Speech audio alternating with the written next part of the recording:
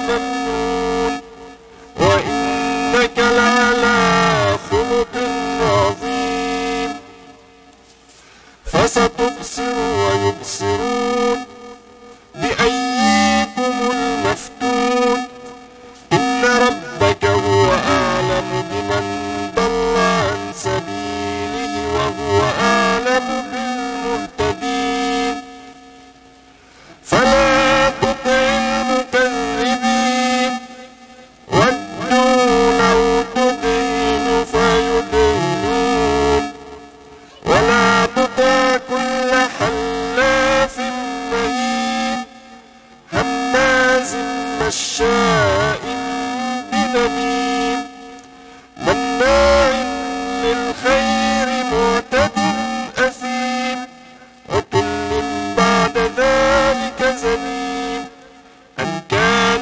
ذا مال وبنين إذا تتلى عليه آياتنا قال أساطير الأولين سنسمه على الخرطوم إنا بلوناهم كما بلونا أصحاب الجنة إذ أقسموا ليصرمنها مصبحين ولا يستثنون فطاف عليها طائف من ربك وهم نائمون فأصبحت كالصريم فنادوا مصبحين أن اغدوا على حرثكم إن كنتم صارمين فانطلقوا وهم يتخافتون ألا يدخلنها اليوم عليكم مسكين وغدوا على حرد قادرين فلما رأوها قالوا إنا لضالون بل نحن محرومون قال أوسطهم ألم أقل لكم لولا تسبحون قالوا سبحان ربنا إنا كنا ظالمين فأقبل بعضهم على بعض يتلاومون قالوا يا ويلنا إنا كنا طاغين عسى ربنا أن يبدلنا خيرا منها إنا إلى ربنا راغبون وكذلك العذاب ولعذاب الآخرة أكبر لو كانوا يعلمون إن للمتقين عند ربهم جنات النعيم أفنجعل المسلمين كالمجرمين ما لكم كيف تحكمون أم لكم كتاب فيه تدرسون إن لكم فيه لما تخيرون أم لكم أيمان علينا بالغة إلى يوم القيامة إن لكم لما تحكمون سلهم أيهم بذلك زعيم أم لهم شركاء فليأتوا بشركائهم إن كانوا صادقين يوم يكشف عن ساق ويدعون إلى السجود فلا يستطيعون خاشعة أبصارهم ترهقهم ذلة وقد كانوا يدعون إلى السجود وهم سالمون فذرني ومن يكذب بهذا الحديث سنستدرجهم من حيث لا يعلمون وأملي لهم إن كيدي متين أم تسألهم أجرا فهم من مغرم مثقلون أم عندهم الغيب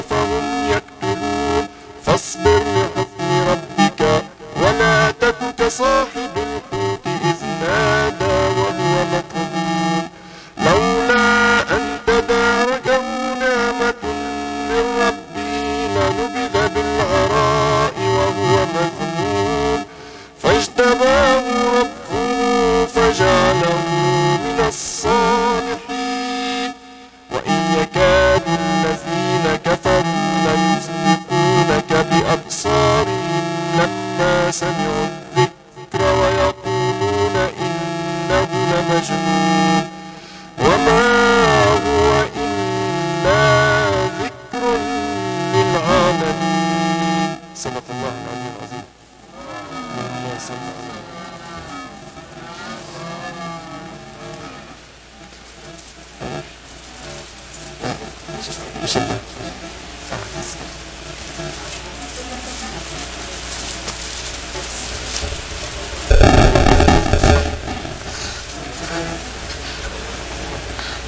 وعلى محمد بلند صلوات.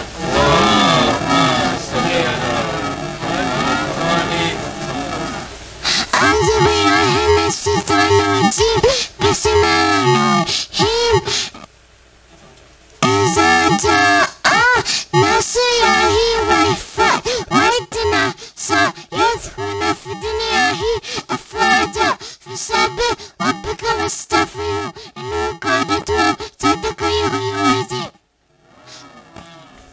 کٹیے حسین اصل میں مکی ضد ہے اسلام ضد ہوتا ہے ہر قبر کے بعد.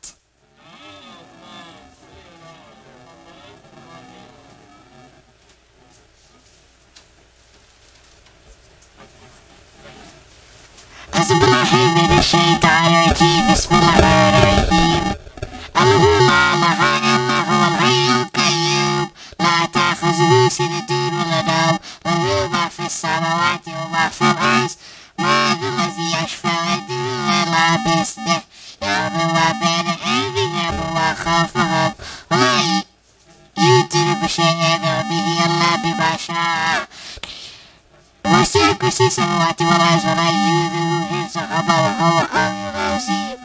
صدق الله العلي العظيم.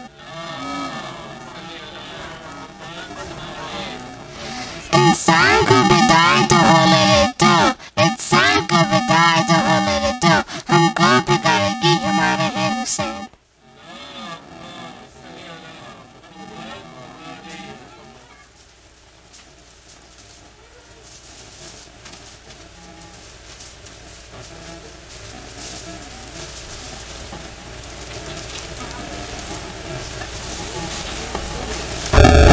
محمد وعلى محمد بلند صلوات. اللهم صل على محمد وعلى محمد. شاہ است حسین بادشاہ است حسین دین است حسین دین پناہ است حسین سردار نادار دست در دست یزید حقا کے بنا لا الہ است حسین. This translation, this is in Persian. The translation is, ruler is Hussein, emperor is Hussein, faith is Hussein, guardian of faith is Hussein, gave his head but not his hand to Yazid, keeper of the truth is no one but Hussein. But Muhammad Ali Muhammad Blantar Salawat. Allahumma salli ala Muhammad wa ali Muhammad. Inshallah next week on Saturday and Sunday 28th and 29th September Maulana Nabil Awan from UK will be coming over here in Imam Ali Center for a series of 2 majalis next Saturday and Sunday. So I request all Mu'minin Mu'minat to come to Imam Ali Center next week. Now I request Maulana Syed Tayyab Mosavi to address the majlis. By Muhammad Ali Muhammad Balantar Salawat. Allahumma salli ala Muhammad wa ali Muhammad. Nare Takbir, Nare Takbir, Nare Risalat, Nare Risalat, Nare Haidari, Nare Haidari, Nare Salawat. Allahumma salli ala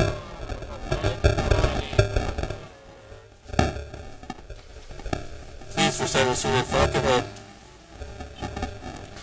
for Barakat Hussain, Hamida Hussain, Seema Hussain, and Imtiaz Ahmed.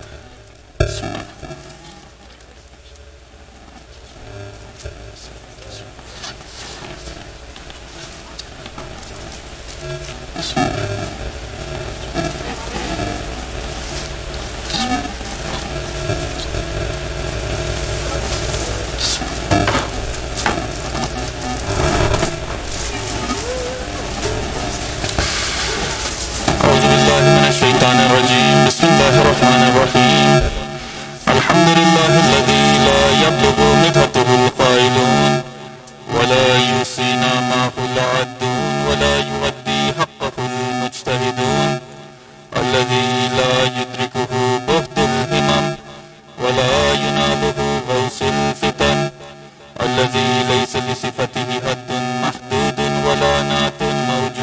ولا وقت محدود ولا أجل ممدود فترى الخلائق بقدرته الرياح برحمته ووتد بالسخر ما دام عرض ثم الصلاة والسلام على أشرف الأنبياء والمرسلين وحبيبنا وحبيب رب العالمين أبي القاسم محمد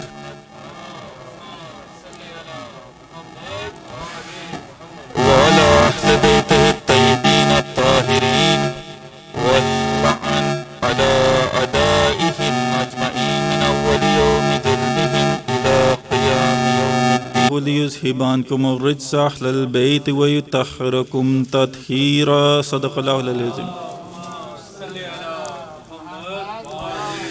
Please, the first of our salawat in honor of Amir al-Mu'mineen and Sayyidat al-Nisa al-Alameen. And finally, the last of our salawat in honor of the Imam of our time, Imam Syed al-Zaman alayhi salam.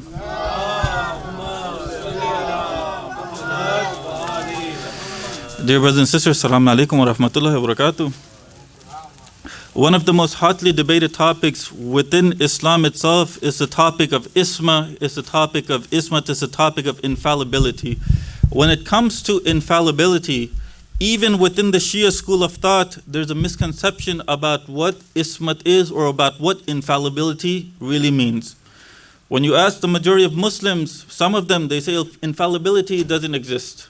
We as Shias, we say that the prophets, the messengers, the imams, the representatives of Allah subhanahu wa ta'ala, they all must be infallible. They all must be masoom.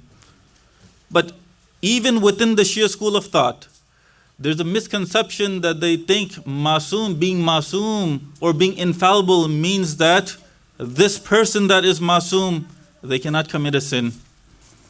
When we say that Amir al-Mu'mineen is masoom, when we say that the Holy Prophet is masoom, what does that really mean? Does it mean that they cannot commit a sin?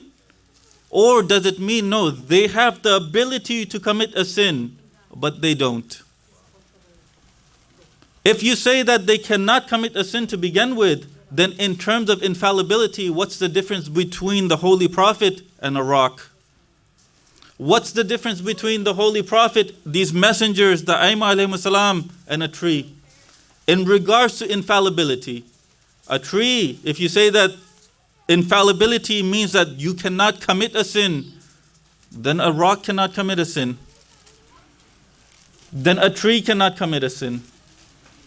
So in regards to infallibility, the messengers are equivalent to these rocks and trees.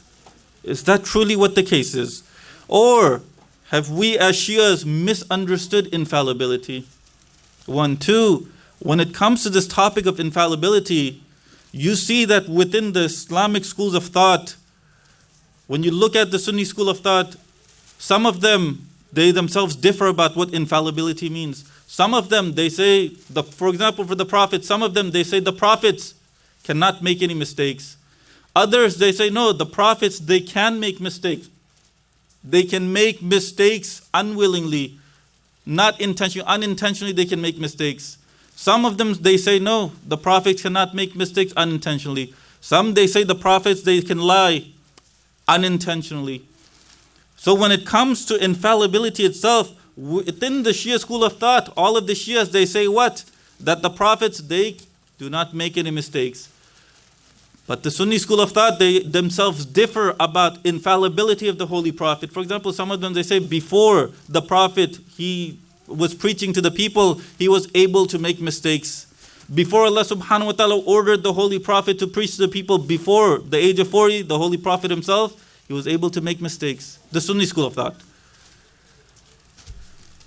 Even then, how much or what kind of mistakes they could make, they differ amongst that. But tonight, I don't want to get into whether or not what they say is true or not. No. What I want to focus on tonight, brothers and sisters, is when you read the Quran, and when you and I have this idea that the prophets, the imams, are all infallible, then it becomes our duty when the other side comes and says, you say that Prophet Adam alayhi salam is infallible, he didn't make mistakes. If we believe in infallibility and they bring verses from the Quran that say, for example, Prophet Adam alayhi salam, he made a mistake. How do we reconcile the differences there? When they bring from the Quran, they say, look at Prophet Musa alayhi salam. You say prophets don't make mistakes. You say prophets are infallible. Why is it that Prophet Musa alayhi salam is asking Allah subhanahu wa ta'ala to forgive him? Why? When you look at the Quran, they'll bring other examples from the Quran. Why is it that Prophet Sulaiman alayhi salam, he's made mistakes? Why is it that Nabiullah Ibrahim, Nabiullah Musa, Nabiullah Adam, they all make mistakes, or they're asking for Allah subhanahu wa ta'ala to forgive them? And when it comes specifically to the Shia school of thought, they say, look at Sayfa Sajjadiyah. You read Sayfa Sajjadiyah, all the du'as in there are by whom? Imam Zainul Abidin alayhi salam. Imam Zainul Abidin alayhi salam, we say he's infallible. If he's infallible, why is he asking Allah subhanahu wa ta'ala for forgiveness? Or leave Sayfa Sajjadiyah. The dua that you and I recite every Thursday night, Dua Kumel, is from whom? Amir al-Mu'mineen, Imam Ali alayhi salam. Imam Ali alayhi salam recited those words. Does he not say in that dua, Zalamtu nafsi? Does he not say? If he says that in the dua, and we say that he's infallible, he didn't make any mistakes, then why is he saying Zalamtu nafsi? Why are the Imams asking for forgiveness? Why are the Prophets asking for forgiveness? Why have the Prophets or the Quran, why has the Quran said that the Prophets, they've made mistakes? Is it truly that the Prophets made mistakes? Or is it that there's something wrong with the interpretation, or there's something wrong with the translation of the words? If you don't know Arabic, then what do you rely on? You rely on the translation. If there's something wrong with the translation and you don't understand Arabic, you're not aware of Arabic grammar, you're not aware of the Arabic language, what will you do? You believe that that translation is correct and you'll accept it to be correct. So is it truly that they made mistakes, or is it that there's something wrong in the translation? This is where the question arises. Inshallah, we'll go over that whole story of Hazrat Adam alayhi salam. We'll go over the whole story of Prophet Musa alayhi salam. But I want everyone to be aware of one thing.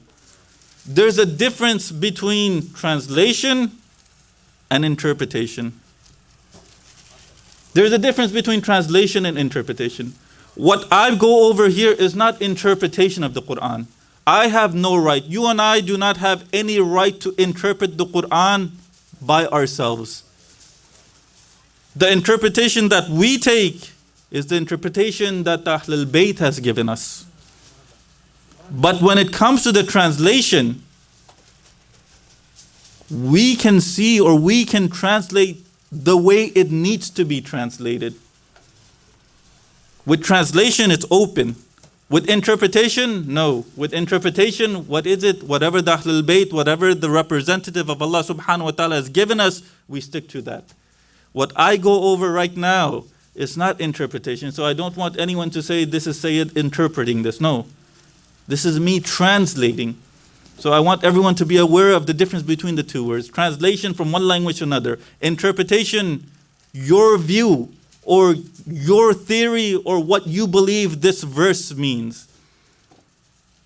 That's not what I'm doing. Inshallah, maybe if we have some time later on, we'll go into details about the interpretation that Ahlul Bayt have given to those verses. But when it comes to infallibility, first we have to prove infallibility is a necessity. If we can't prove its necessity, then there's no point going forward. So how is infallibility, or why is infallibility necessary? We say that the prophets, they must be infallible. Why must they be infallible?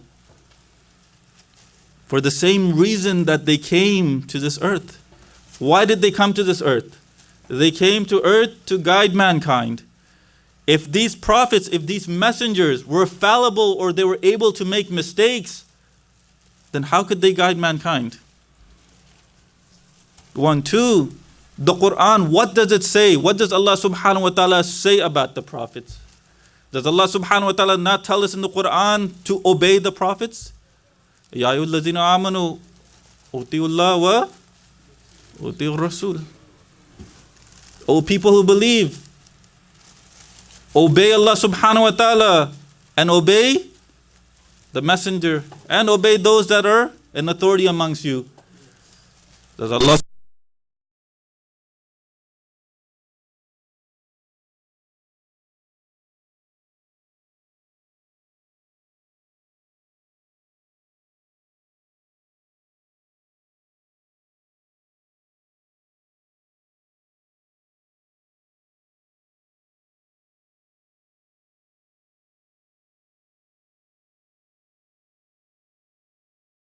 also commit those sins?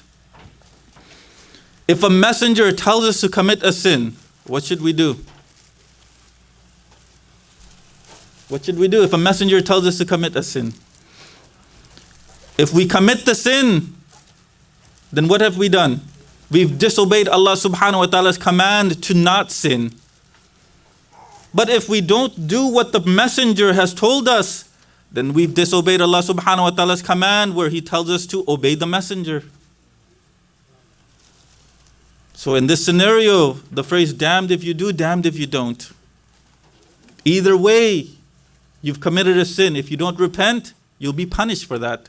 If a messenger is fallible. If a messenger is able to make a mistake. This is why it becomes necessary for these messengers, these representatives of Allah subhanahu wa ta'ala to be infallible.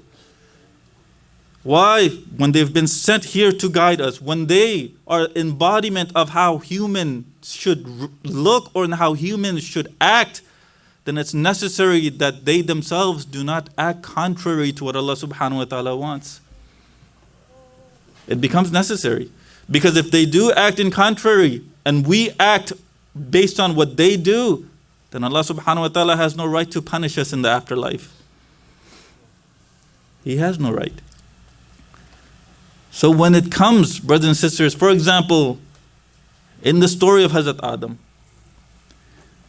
the way that we've been told about the story of Hazrat Adam, you guys can correct me if I'm wrong. Allah subhanahu wa ta'ala ordered Hazrat Adam and Hazrat Hawa not to go near the tree. They went near the tree, they ate from the forbidden fruit. They disobeyed the command of Allah subhanahu wa ta'ala by eating from the forbidden fruit. And because of that, Allah subhanahu wa ta'ala punished them and sent them to earth. Is this not how the story is always told to us? That they disobeyed the command of Allah subhanahu wa ta'ala. They committed a sin by going to the tree, by eating from that forbidden fruit. And because of that sin, they were punished. And their punishment was being sent to earth. If you understood isma, if you understood infallibility in view of the Quran, if you understood the necessity of infallibility logically, and you come to a verse like this, what would happen? Either the logic you've used is completely wrong, or the way people are telling this story is completely wrong. One of the two. When through logic we've already proved the necessity of infallibility, so then what does that mean? That means the way that we've been told this story is completely wrong. What is this story truly? When you look at the story, Allah subhanahu wa ta'ala, He says what? وَيَا آدَمْ أَسْكُنْ أَنْتَ وَزَوْجُكَ الْجَنَّةَ فَكُلَا مِنْ حَيْثُ شِئْتُمَا وَلَا تَقْرَبَ هَذِهِ الشَّجَرَةَ فَتَكُونَ مِنَ الظَّالِمِينَ. Allah subhanahu wa ta'ala says, Ya Adam, you and your wife, you can stay in heaven, but do not go near this tree, because if you do, then you will be of the Zalimin. You'll be of the Zalimin. The story as we've been told, Hazrat Adam, Hazrat Hawa, they go near the tree. Because they go near the tree, they disobey the command of Allah subhanahu wa ta'ala. They've become Zalimin. They become Zalimin. So now how do we reconcile this story with our idea of infallibility? How do we reconcile this? Brothers and sisters, you have to remember when it comes to the commands of Allah subhanahu wa ta'ala, there are two types of commands.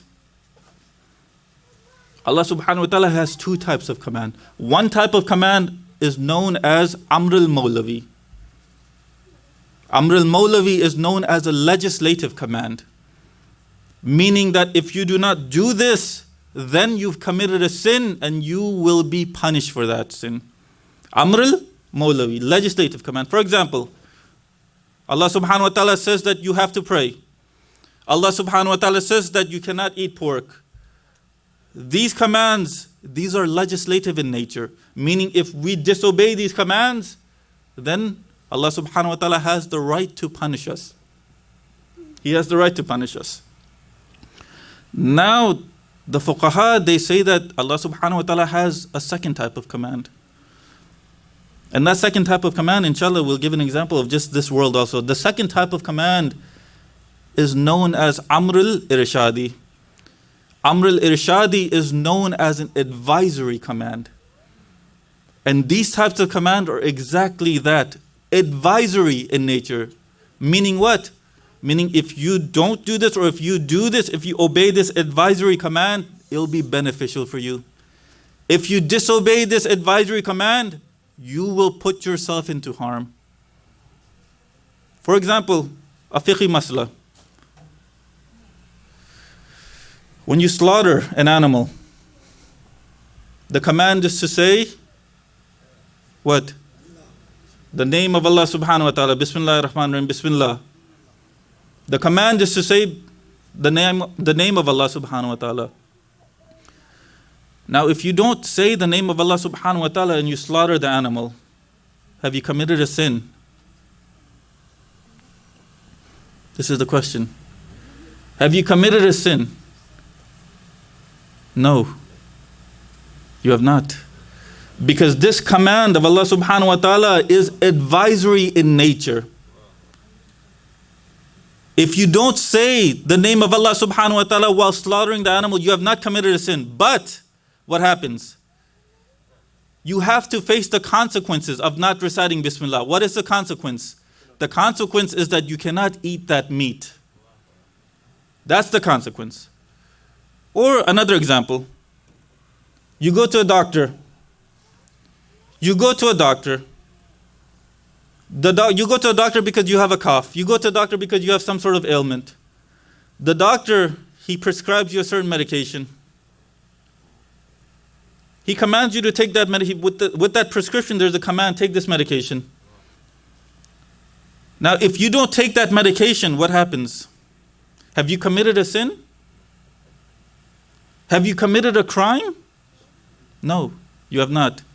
But what happens? You have to face the consequences of not obeying the commands of that doctor.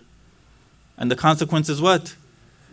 Whatever ailment you had, whatever sickness you had will be prolonged. So when it comes to this command of Allah subhanahu wa ta'ala, the ulama, they say that this command of Allah subhanahu wa ta'ala for Hazrat Adam was not Amr al-Mawlavi, was not a legislative command. It was Amr al-Irshadi. It was an advisory command. How was it an advisory command? When you look at the story the way we've been told, Hazrat Adam eats from the tree and his punishment was that he gets sent down to earth. That was his punishment. When you look at the sin that was committed and the punishment for that sin, you see that they don't coincide. When you think about Hazrat Adam, when Allah subhanahu, before Hazrat Adam was even created, what does Allah subhanahu wa ta'ala say? وَإِذْ قَالَ رَبُّكَ لِلْمَلَائِكَةِ إِنِّي جَائِلٌ فِي الْأَرْضِ. Allah subhanahu wa ta'ala says to the angels that I will create a Khalifa for earth. That means that before Hazrat Adam was even created, Allah subhanahu wa ta'ala had already intended that Adam would come down to earth. Hazrat Adam was already supposed to come down to earth. So when he was already supposed to come down to earth, how can you say that this was a punishment from Allah subhanahu wa ta'ala? How can you say that this was a punishment? Secondly, if it was a punishment, If it was a punishment, in the story itself, do we not see that Hazrat Adam asked for forgiveness? The way that we've been told. The way that we've been told. In the story itself, do we not say that Hazrat Adam asked for forgiveness? What is forgiveness? Forgiveness is cancellation of the punishment. If coming down to earth was the punishment and Allah subhanahu wa ta'ala forgave Hazrat Adam, then that would have meant that Hazrat Adam needed to go back to heaven. But is that what happens? No. Hazrat Adam stays on earth. So when you put both of these together, it tells you what? It tells you that it wasn't a sin that Hazrat Adam committed. Allah subhanahu wa ta'ala had already from the beginning, before the creation of Hazrat Adam himself, Allah subhanahu wa ta'ala had already intended for Hazrat Adam to be on earth. From the beginning. So when we read the story of Hazrat Adam, and you look at what Shaitan says, everyone needs to keep this in mind. Shaitan, he says to Allah subhanahu wa ta'ala, what does he say? He says, Ya Allah, I will make sure that all of them go astray except your most devoted servants. I will make sure all of them, meaning humanity, I'll make sure they all go astray except your most devoted servants. So that means what? That means Shaitan himself, he's saying that I cannot make go astray your most devoted servants. Tell me, was there anyone that was more devoted to Allah subhanahu wa ta'ala than the prophets? No. When there was no one that was more devoted to Allah subhanahu wa ta'ala than the prophets, then Shaitan himself is saying that I cannot make them go astray. When he can't make them go astray, then what's left for them? What's left for them is that they're not able to commit sins. The sins that are committed, they're committed why? Because Shaitan, he makes us go astray. When Shaitan himself is admitting that I don't have any power over these people, then how are they committing sins? They can't. They're not able. Not that they're not able to. They have the ability. This is what I want to get. For example, you and I, we have the ability, for example, to run outside. We have the ability, for example, to kill someone. We have the ability to do a sin like that. Or we have the ability, for example, to run outside naked. All of us have that ability. We have that ability. But would any of us do it? We wouldn't even think about it. Why? Because we know that that act is beneath our dignity. We know the consequences of committing that act. These prophets, these messengers, these awliya of Allah subhanahu wa ta'ala, the reason they don't commit those sins is the same reason. Committing a sin is beneath the dignity that Allah subhanahu wa ta'ala has given them. Allah subhanahu wa ta'ala has given the prophets, the imams, power to control the whole universe. When He's given them that power, do you not think that it is below their dignity, below the status that Allah subhanahu wa ta'ala has given them, and to go and sin like that? No, when you and I would not commit a sin like that, or a sin because it's below our dignity, the same reasoning also applies to them. But when it comes, for example, brothers and sisters, to Hazrat Adam himself, وَلَا تَقْرَبَ هَذِهِ الشَّجَرَةَ فَتَكُونَ مِنَ الظَّالِمِينَ. This is where the confusion is. Allah subhanahu wa ta'ala has ordered Hazrat Adam, do not go near this tree or else you will be of the Zalimeen. We already went past what type of order this was. Now we need to deal with Zalimeen. We need to deal with Zalimeen. What does Zalim mean? What Zalimeen mean? Zalimeen is the plural of Zalim. Zalim comes from Zulum. What does Zulum mean? This is the question. What does Zulum mean? We just know one definition. Even in the English language, a word can have 3, 4, 5 meanings. And Arabic, brothers and sisters, is greater in terms of meanings of words than the English language. The English language is narrow compared to Arabic. When the word zulum has more than one meaning behind it, why have we just only attached that meaning to it? The word zulum, it has 4 meanings to it. One meaning is to put something in the wrong place. For example, this cup was here. If I take this cup and I put it down here, it didn't belong down there. It belonged here. But because I put it in the wrong place, I am considered zalim and I've done zulum. That's one definition. A second definition is the definition that all of us know, is to oppress. Zulum, that's the definition we all know, to oppress. And this is the definition that everyone has stuck to when translating this verse of the Quran. When you look at the translation, where are they coming from? What ideology do they have when they're translating these words? Please keep all of that in mind. The second definition of zulum was to oppress. The third definition of zulum is to make haste or to hurry. To make haste or to hurry. And finally, the fourth definition of zulum is to come to harm. You yourself, you come to harm.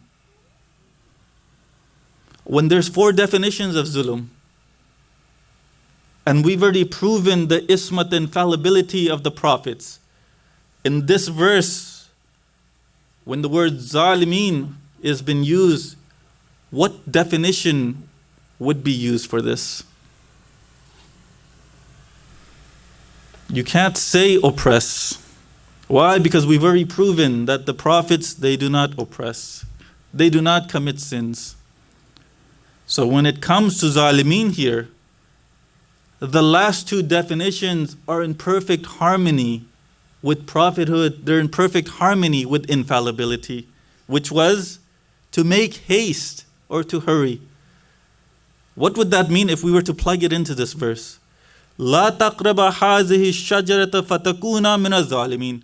Do not go near this tree, or you'll be of those who make haste or who hurry. What does that mean? That means what? Allah subhanahu wa ta'ala had already intended from the beginning that Hazrat Adam would come down to earth. Ya Adam, do not go near this tree, because if you do, then this idea that I had that you would come down to earth, it will come quicker. Because of your own action. Because of your own action. This definition, it works. Even the last definition of to harm yourself. How would we put that in this? La taqraba hazi shajarata fatakuna min az-zalimin. Ya Adam, do not go near this tree, or you'll be of those who come to harm. What was the harm? What was the harm? Hazrat Adam, he was in heaven. He had everything to himself. He didn't need to work. He didn't need to do anything. All he did was eat, drink, whatever he wanted. The coming to harm was that he would be kicked out of heaven and he would have to come down to earth, and now he would have to toil for everything in his life. Does he not put himself into harm's way? Yes. So when we look at the story of Hazrat Adam, any translation you pick it up, any translation, they'll translate it exactly the way we've been told, and which is completely contrary to the Shia belief of infallibility. Which goes, Allahumma.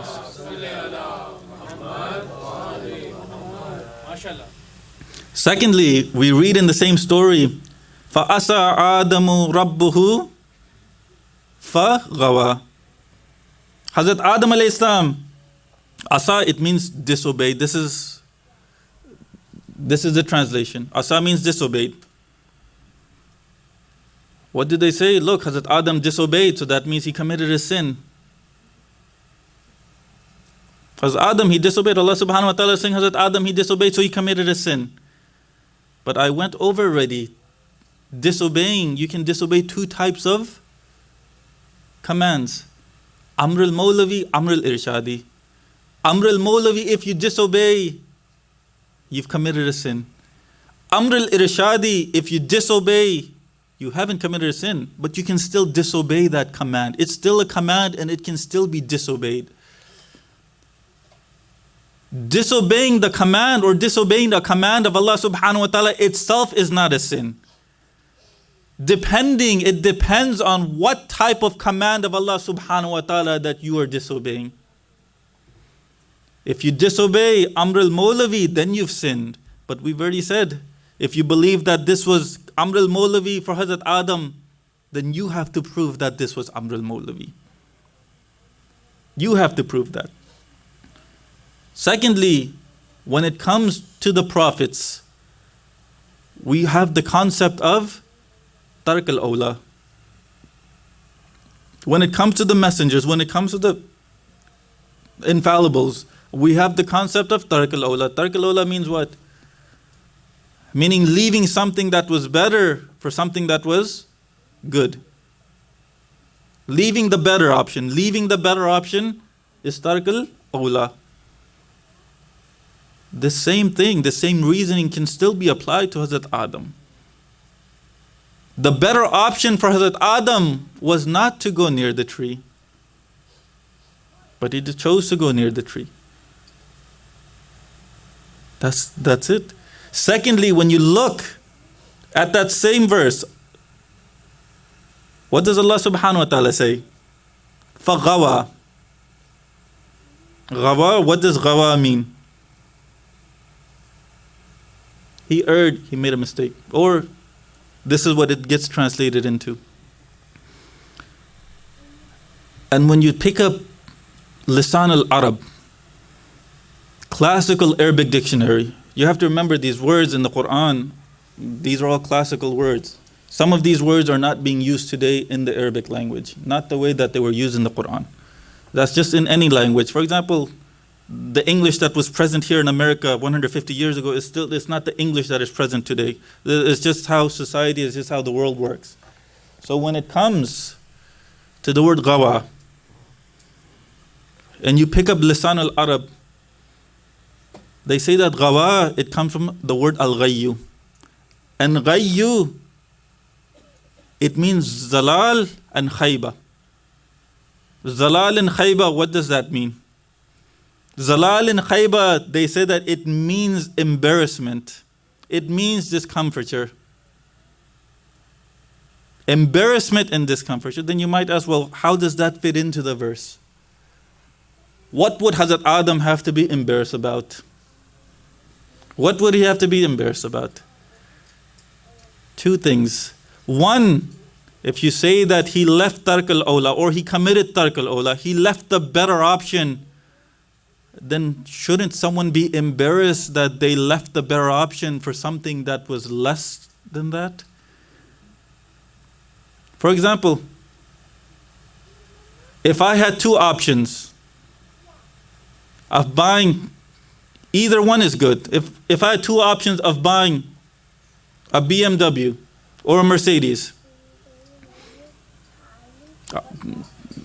this is everyone's personal opinion now. For me, if I think that a BMW is better than a Mercedes, and I buy a Mercedes,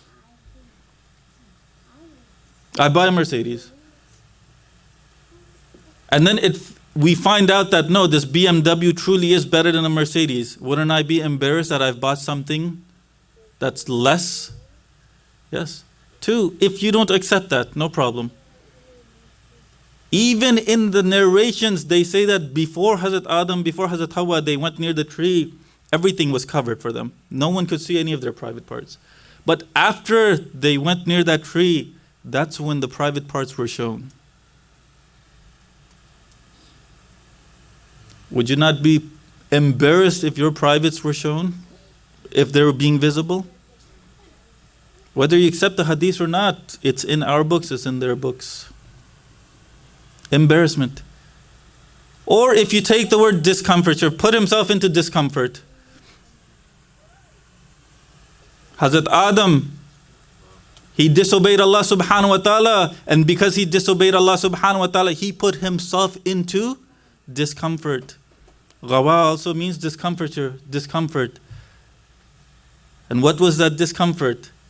Coming down to earth. That's where all that discomfort was. In heaven there was no discomfiture, but because he went near that tree, that's where all the discomfiture started from. Salli ala Muhammad wa ala Muhammad.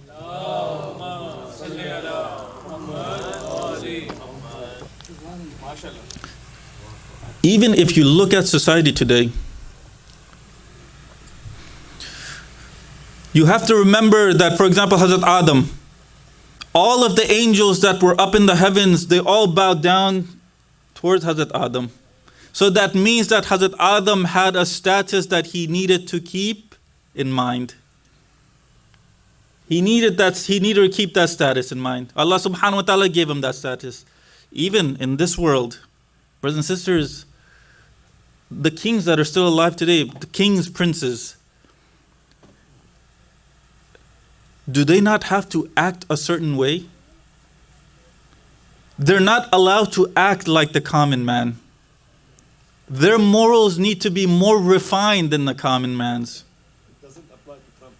No, it doesn't apply to Trump, that's true. But Trump is not a king. Kings, princes, their morals, they need to be more refined than the average man, even in this society. Right now, you look at England. The princes of England, they're not expected to do some of the things that the common man does. The same example, brothers and sisters, Hazrat Adam was not expected to do something that was not befitting his status. He was not expected to do that. But because he did that, what happened? Allah subhanahu wa ta'ala sent him down to earth. Sent him down to earth. Hopefully the story of Hazrat Adam is clear, because I'm moving on now to the story of Hazrat Musa alayhi salam. Allahumma salli ala Muhammad wa ala Muhammad. With the story of Prophet Musa alayhi salam, you have the same thing, confusion. They'll say, if Prophet Musa alayhi salam is infallible, then why is he asking Allah subhanahu wa ta'ala for forgiveness? If Prophet Musa alayhi salam is infallible, then why is he saying that he is one of the zalimeen? قَالَ رَبِّي إِنِّي ظَلَمْتُ نَفْسِي. Hazrat Musa says, Ya Allah, I have done zulm on myself. I've done zulm on myself. How is an infallible person, or how is an infallible personality do zulm? We went over what zulm was already. We went over that zulm had 4 definitions to it. 2 of those definitions do not apply to prophets, but 2 of those definitions will apply to them.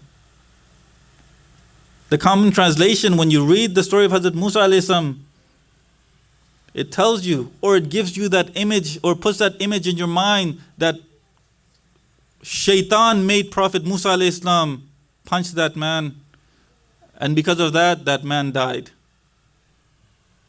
The story as we've been told. But is that really true?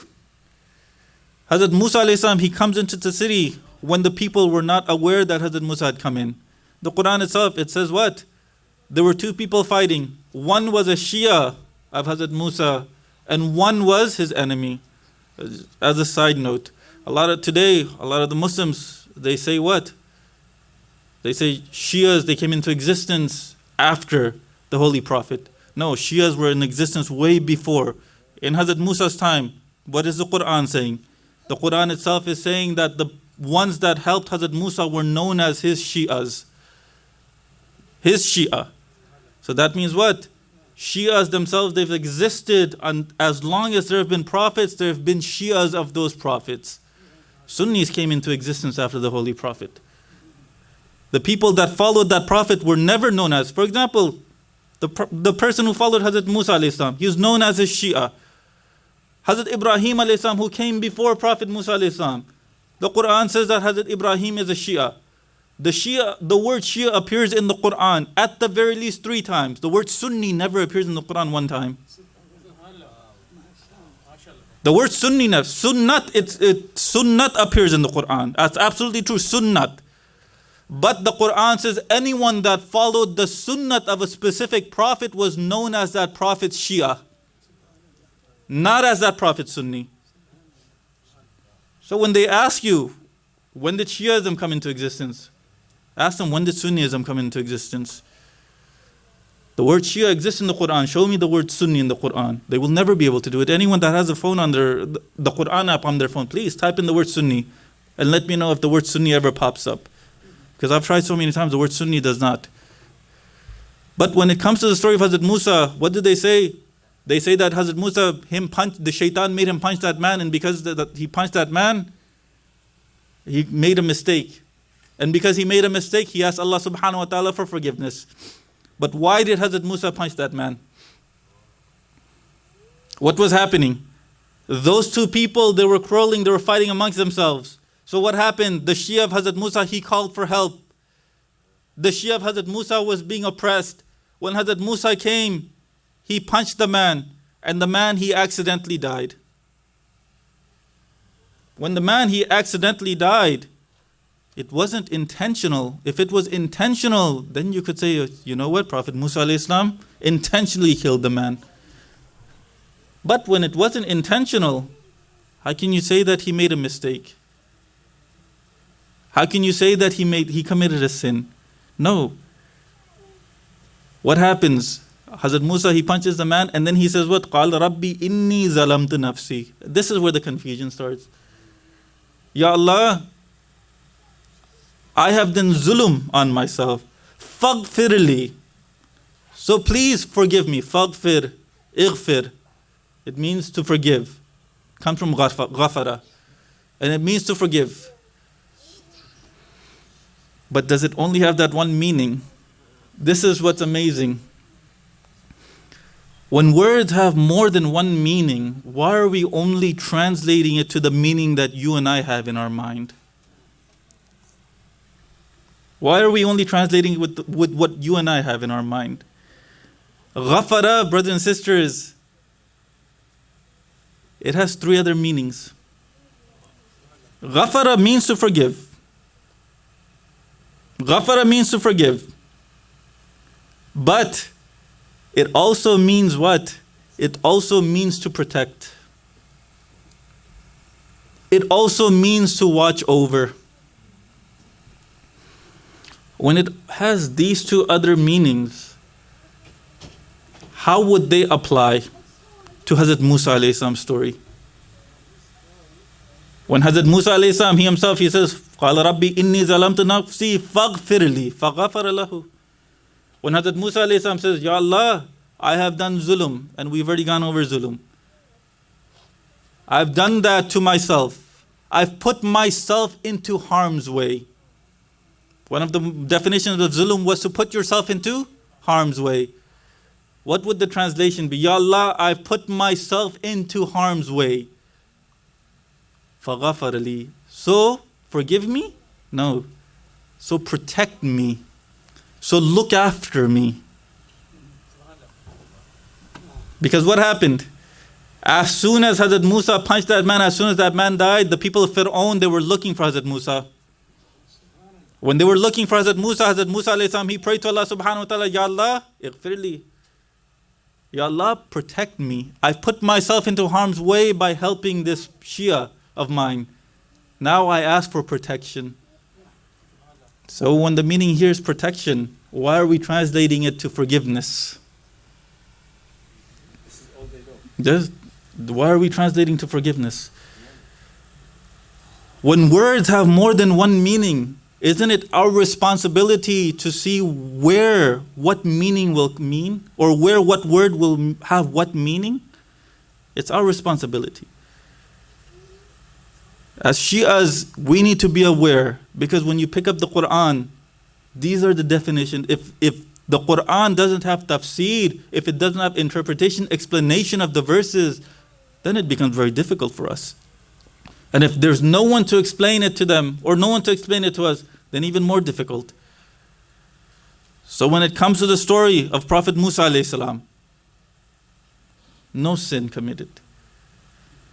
Now we come to the last story, and then inshallah I'll conclude. The last story was who?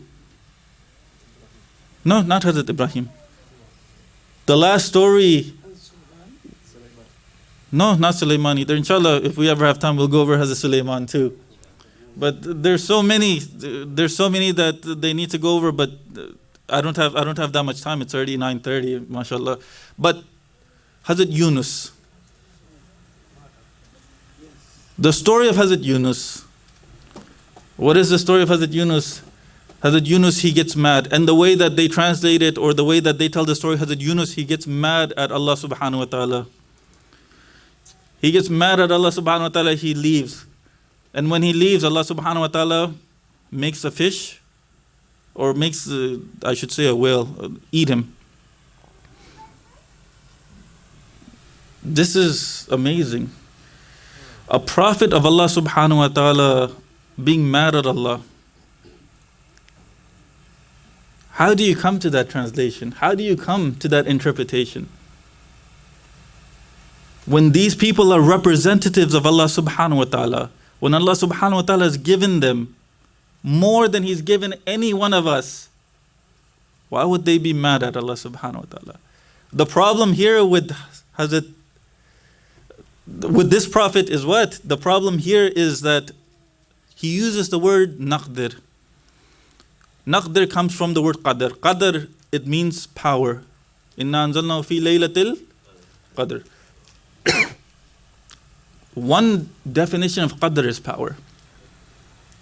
But qadr has also been used in the sense of narrowing the blessings of Allah subhanahu wa ta'ala, or narrowing or restricting provisions of Allah subhanahu wa ta'ala. Naqdir has also been used in the Quran in that sense. Meaning that Allah subhanahu wa ta'ala is the one who gives as much as He pleases, and Allah subhanahu wa ta'ala is the one who will restrict as much as He pleases.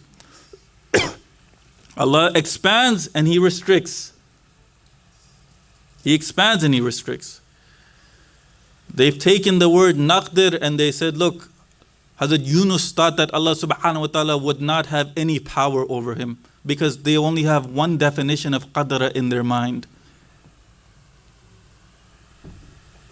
As soon as anyone believes that Allah subhanahu wa ta'ala has no power over them, they've turned into a kafir.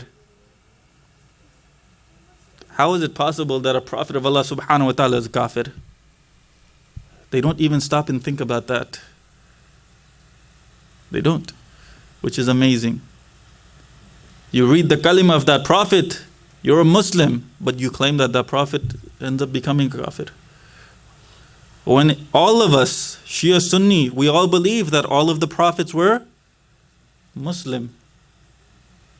None of them were kuffar. So how do you say that he turned kafir? Naqdir, it means restricting provisions. Nabiullah Yunus, he thought that Allah subhanahu wa ta'ala would not restrict his provision. And Allah subhanahu wa ta'ala restricts it. By what? Putting him into the belly of that fish. But even in that belly, Allah subhanahu wa ta'ala still gives him food to eat. He still gives him food to eat. There was no sin committed. There was no shirk committed. But because they've only had one definition, they've pasted that same definition everywhere in the Quran. And when you come, brothers and sisters, to see why Abu Abdullah al-Husayn al-Islam rose up, and you understand infallibility, then you come and understand that Imam Hussein al-Islam, his rising up was not a mistake like a lot of the Muslims today claim. No, he does not make mistakes.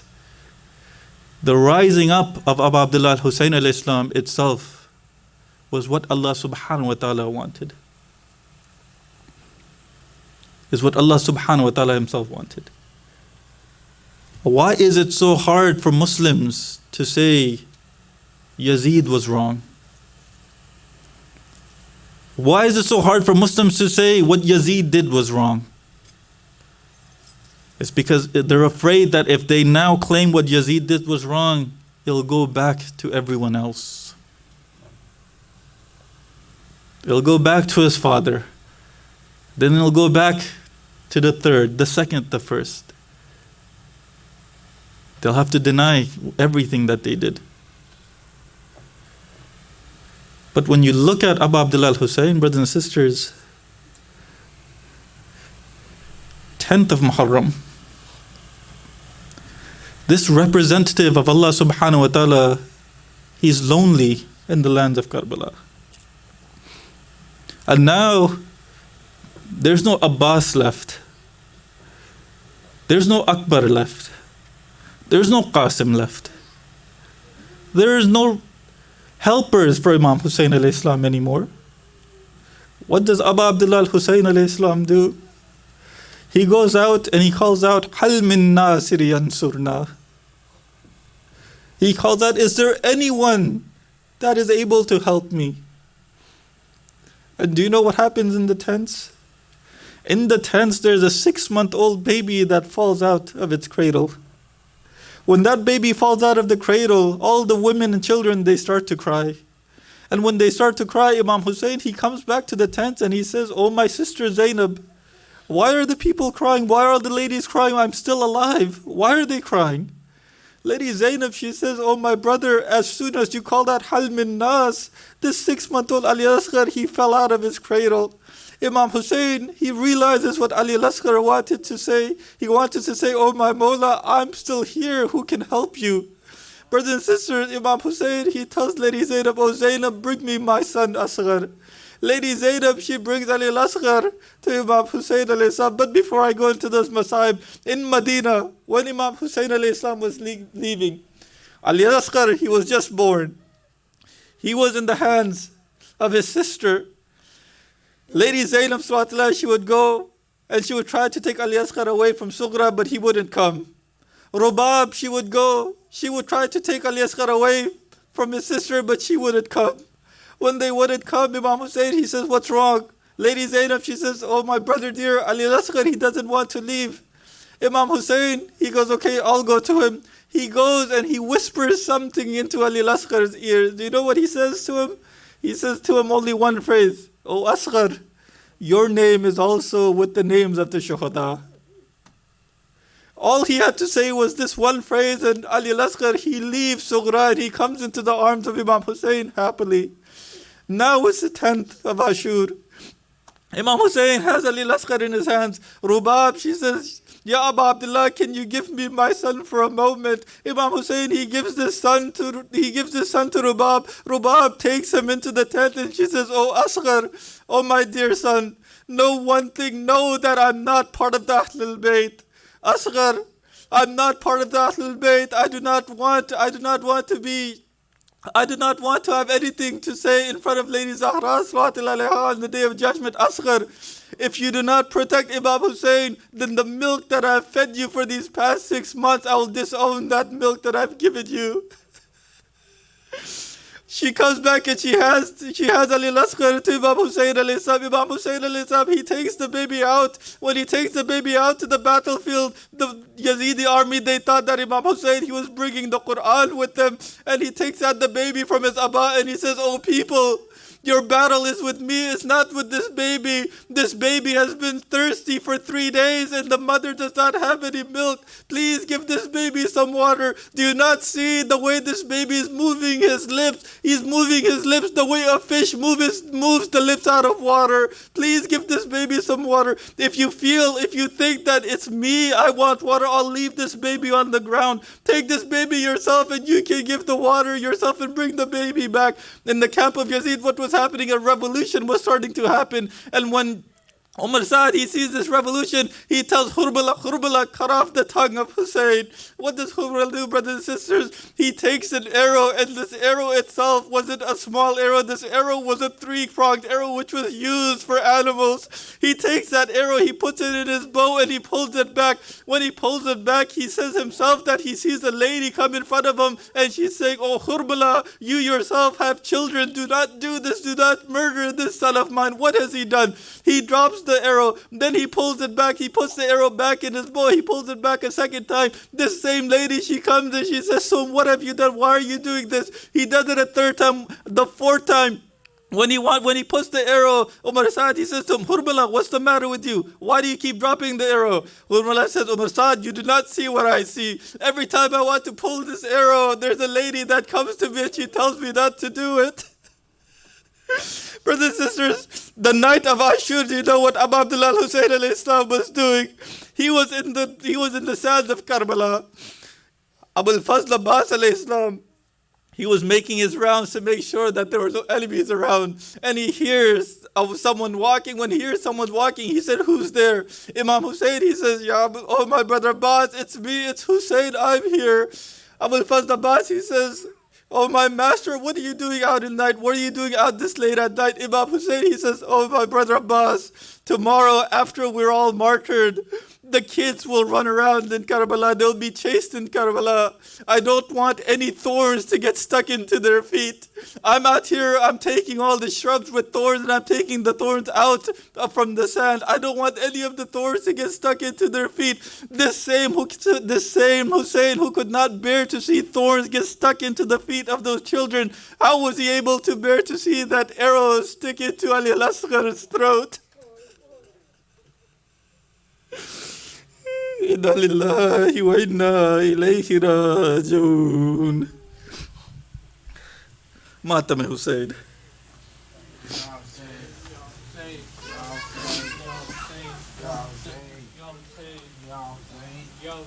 Ya Hussein, Ya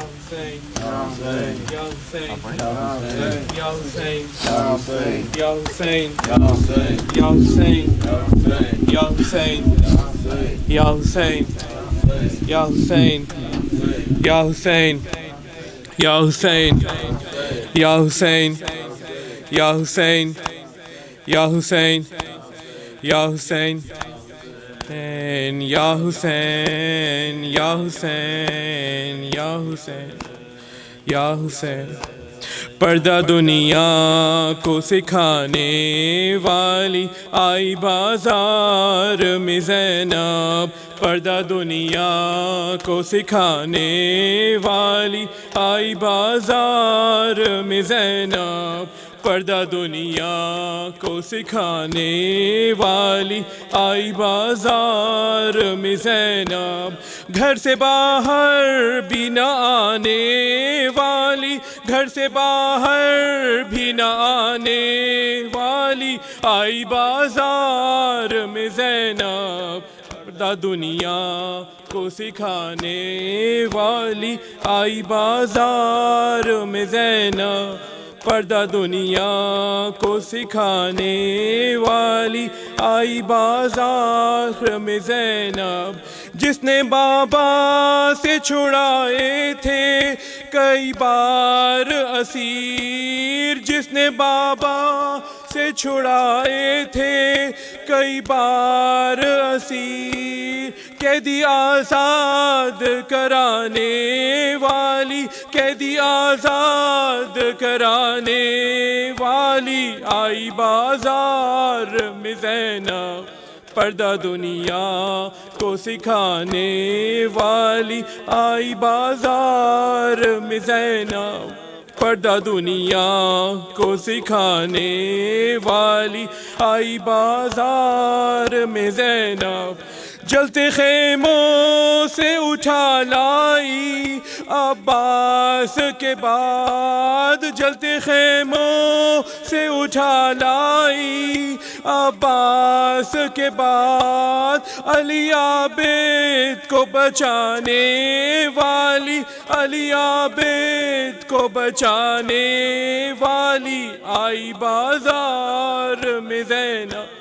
پردہ دنیا کو سکھانے والی آئی بازار میں زینب، پردہ دنیا کو سکھانے والی آئی بازار میں زینب، دین کی خاطر یہ بی بی سالار بنی، دین کی خاطر یہ بی بی سالار بنی، بن کے عباس دکھانے والی، بن کے عباس دکھانے والی آئی بازار میں زینب، پردہ دنیا کو سکھانے والی آئی بازار میں زینب، پردہ دنیا کو سکھانے والی آئی بازار میں زینب،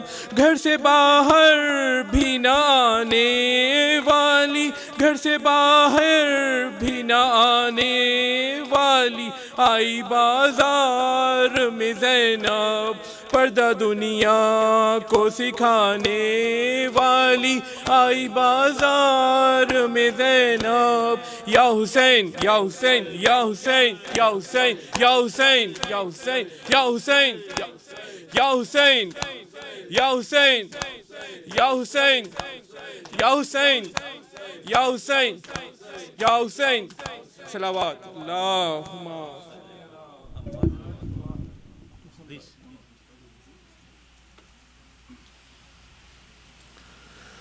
اللهم صل على محمد وآل محمد.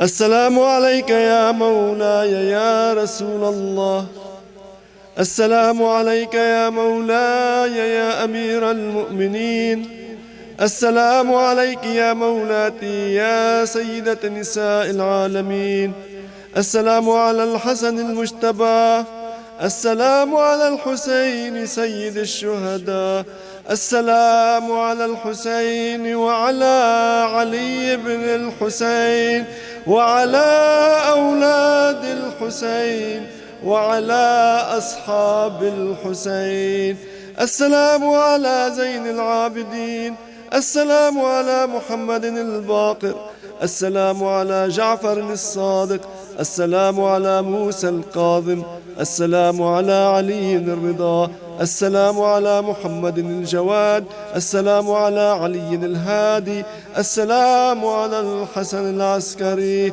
السلام عليك يا مولانا يا صاحب الزمان، عجل الله تعالى فرجك وجعلنا من جندك وأنصارك وأعوانك، صلى الله عليك وعلى آبائك الطاهرين ورحمة الله وبركاته. اللهم صل على محمد.